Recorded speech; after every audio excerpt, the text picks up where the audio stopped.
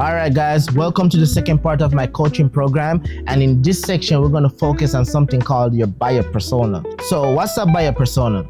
A buyer persona is also a refined version of your target audience. For example, let's say you're a wellness coach and you coach women, right? And your target audience would be women between the age of 25 to 60 or 28 to 60. Now, let's say you have a location for your audience, you have their occupation down, you have all those good demographic stuff down. The buyer persona is like the refined version of you saying, Michelle live in Michigan, she's 35 years old, she have 5 kids or 3 kids. I don't know why she would have 5 kids, but either way, you have a more refined version of who that person is on a personal level. So you have more details, so that way when you're making your ad or crafting an offer for her, you know exactly what point to push and how to frame it to her, right? Because at the end of the day, when it comes on to you making an offer, you truly have to know your audience, and to know your audience at the best, you have to have a buyer persona. So how to create your buyer persona? Let's just go over that real fast, right? So when you're creating a buyer persona, you need 2 main things. You need their demographics and you need the psychographics, right? What is the demographics? The demographics is age. So let's say it's woman, you're gonna say age between the age of 28 to 60. And the gender would be woman. Occupation, home care, nurse, things like that, doctor, white collars, jobs, stuff of that nature, right? Location, US, Canada, wherever, right?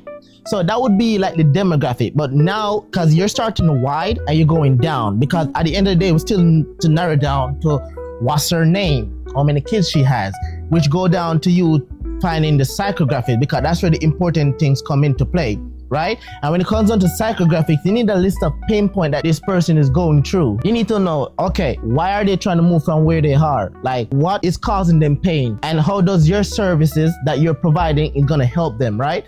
Second thing, you need to have a list of goals that you're trying to achieve, right? Why are these people really trying to move from where they are? Because you have to take into consideration that people don't run to pleasure. They run away from pain. It just happens that pleasure is on the other side. And you need to have a list of why these goals are important for them. Let's say it's real estate. Are they trying to get a big house because they're expanding their family? What's the pain point? What's the boogeyman? What is the problem that they're running from? You need to understand these people on that level, because now when you do that, you can be like, okay, Michelle from Michigan, she's 28, she's a nurse, and she lives in the United States. She has 2 kids, and her main problem is that she needs a house because the house that she has is in a bad neighborhood, and she don't want to see her kid grow up in a bad neighborhood. So now you know what her pain point is. Then you're gonna say, okay, her goal is to achieve a safe family, a safe surrounding, so that way her family can be safe. Why is it important to her? Because it's important to her because she wants to make sure that her kid is safe, so her kid can have a good future and good experience in life overall. What are the stuff that Michelle like to do on a daily basis? Well, Michelle like to cook, Michelle like to bake. So you need to know all of those kind of stuff, because if Michelle like to bake, then you need to make ads or make ad copy, or when you're talking to them or talking about them in your videos, with meaning you're making videos around their pain point, you need to add a little bit of stuff with baking in it. So that way when she sees you, she can be like, you know what, he's fighting for me, he's making content for me, because they need to see you as an authority within your niche, within the niche that they are in. Now, this is a key point that I want you to keep with you and just take it as a reference, that every offer has your own unique audience. So let's say you got 3 offers, a top tier, a mid tier, and a low tier. Each of these offers are for 3 different identity, 3 different persona, 3 different audience. Why? Because the audience at the top need a different level of value.